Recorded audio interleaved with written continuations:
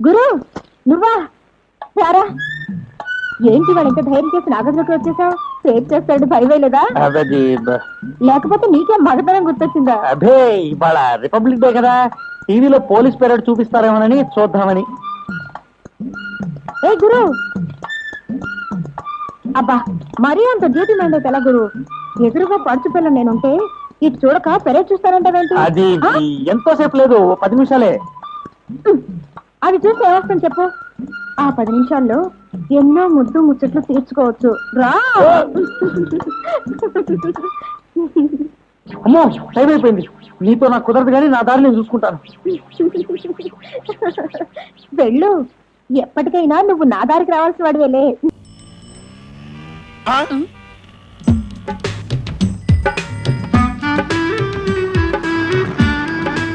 ఏమిటయ్యేది? కనిపించటంలా ఉల్లి తీగ ముక్క. నీ చేదస్తం కాకపోతే అదేం చేసుకుంటావయ్యా? అదే అలా అనకు. అరటి తొక్క తీగ ముక్క హీనంగా చూడకు. దేన్ని నేను బిల్డప్ దాందే. ఎప్పుడైనా ఏదైనా పనికి రావచ్చు. ఏమో, తీగ లాగితే డొంక కదిలింది అంటారు. ఈ తీగ వెనక ఏ డొంకుందో అది కదిలితే నీ డొక్క చిరుగుతుందో ఏమో. పారేవయ్యా, పారే. నువ్వు నోరు మూసుకుని వెళ్ళు. 4-5 రోడ్లు చూసుకుని రావాలి. డొక్కు ఎక్కడ దొరుకుద్దో ఏంటో. మీరే వరి కాకండి. నిన్న మీరు పోగొట్టుకున్న వజ్రపు ఉంగరం ఓ వ్యక్తికి దొరికింది. ఆ వ్యక్తిని తీసుకురమని పోలీసుల్ని పంపించాను. నమస్కారం రండి రండి, వీరే ఆ వ్యక్తి. నమస్కారం అండి. నమస్కారం అమ్మా. Come on, take your seat. Thank you sir. Take your seat అంటే సీట్ తీసుకెళ్ళమని కాదు, కూర్చోమని. ఓహో, ఏంటి సార్, ఏంటి పిలిపించారంట? చెప్తా. నిన్న మీకు ఆ, బంజారా హిల్స్ ఆ, రోడ్ నెంబర్ 12 లో ఒక వస్తువు దొరికింది.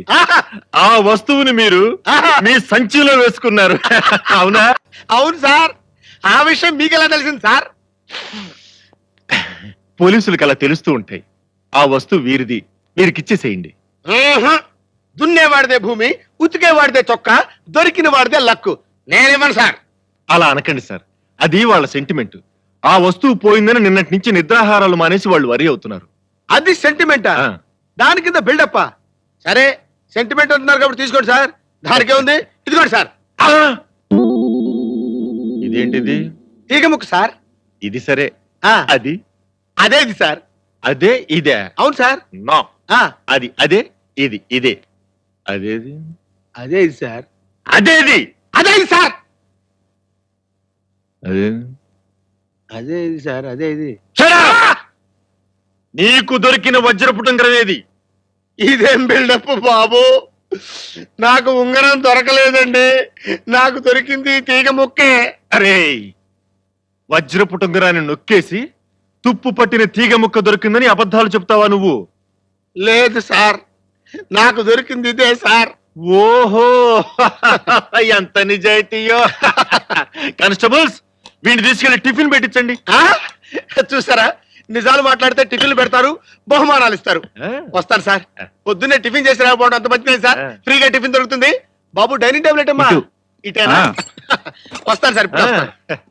పద బాబు. Car case please. ఇవి కార్ కేస్ కాదే. ఒకసారి అటు చూడండి. స్కూటర్ కొనుక్కున్నావా? నాకు కాదు, మీకే. నాకా? అవును, కారు చేతుల్లో ఉంటే మీరు చేసే మహిళా సేవ ఏంటో నాకు బాగా తెలుసు. అందుకే ఇక నుండి దాని మీద వెళ్ళమంటున్నా. భామా, ఇది చాలా అన్యాయం. ఎంతకాలం దర్జాగా కారులో వెళ్ళింది నేను, ఇప్పుడు ఆఫీసుకు స్కూటర్ మీద వెళ్తే వాళ్ళంతా ఏమనుకుంటారు? కారులు అమ్మిన చోటే టైర్లు అమ్మంటావా? మీరు టైర్లు అమ్ముతారో ట్యూబ్లు అమ్ముతారో మీ ఇష్టం. ఇక్కడి నుంచి మీకు స్కూటర్ గతి. భామా, పైగా డొక్కు స్కూటర్ ఒకటి. వెనక సీట్ అది? వెనక సీట్ ఉంటే మీరేం చేస్తారో నాకు బాగా తెలుసు. పోనీ ఆ స్టెప్ని అనేది? సందులు గొంతులు తిరగకుండా మెయిన్ రోడ్ లో వెళ్తే పంచర్లేమి పడవు, వెళ్ళండి. వెనక సీట్ లేకపోయినా పర్వాలేదని ఏ అమ్మాయినైనా ఎక్కించుకున్నారో?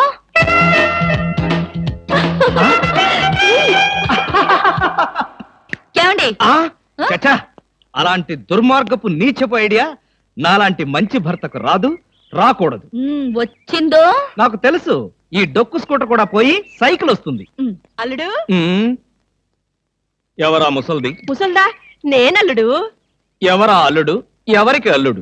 అదేమిటి అల్లుడు, రాత్రి నాతో బాగానే మాట్లాడావుగా? రాత్రిపూట నేను అలాగే మాట్లాడుతుంటాను, అది నా జబ్బు. రాత్రి నేను ఊరికి వెళ్తానన్నా వద్దన్నా? అన్నానా? ఆ పరిస్థితిలో అలా అనుంటాను. ఇప్పుడు చెప్తున్నాను, వెంటనే బయలుదేరు. అది కదల్లుడు, నాతో పాటు అమ్మాయిని కూడా పండక్కి ఊరికి తీసుకెళ్దాం అనుకుంటున్నాను. ఏ అమ్మాయిని? అదేమిటి అల్లుడు అలా అంటున్నావు? నీ పెళ్ళాన్ని. అదేంటత్తయ్య అలా అంటావు?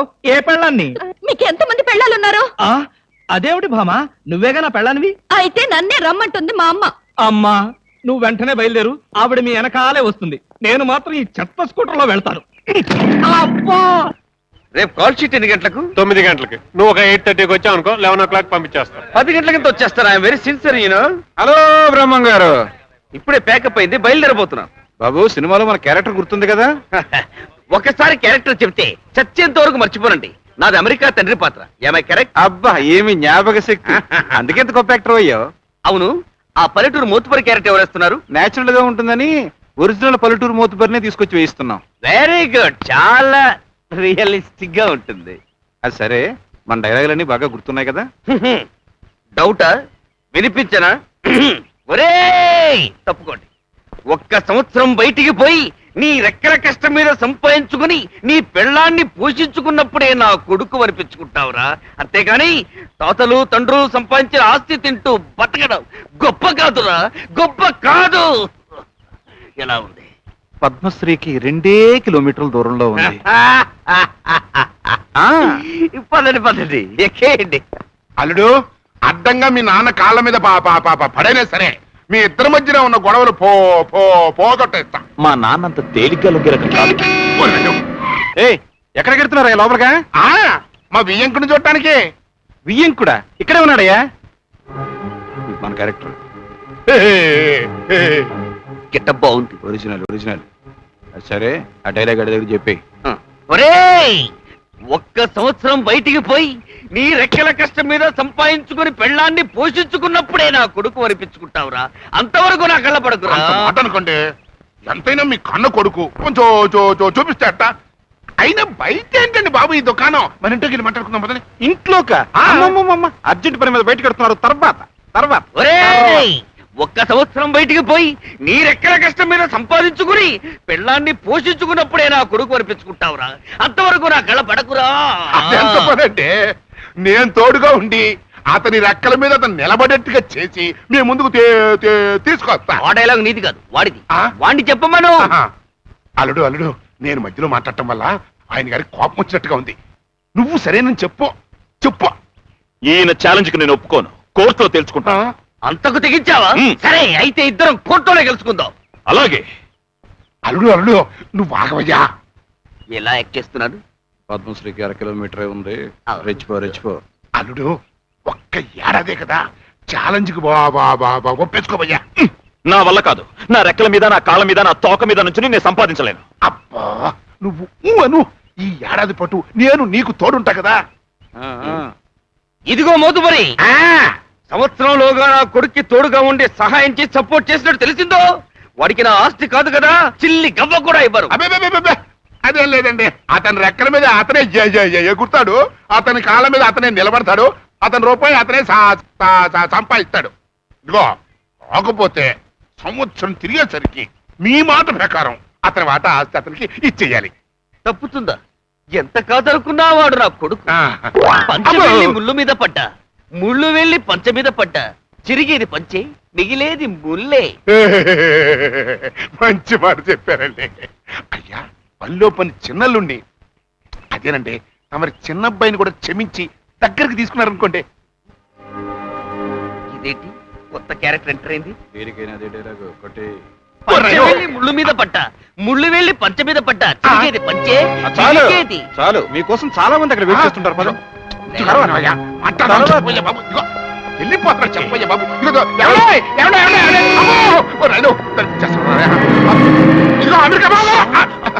ఏమండే, ఆయనేమో సూటు బూటేసుకున్నాడా, మరి పంచ మొళ్ళ కంచె చిరిగిపోవడం అంటాడేంటండి? అబ్బా, ఆయన పంచంటే గోచంటే పెద్దలుడు సమస్య తీరిపోయింది కదా.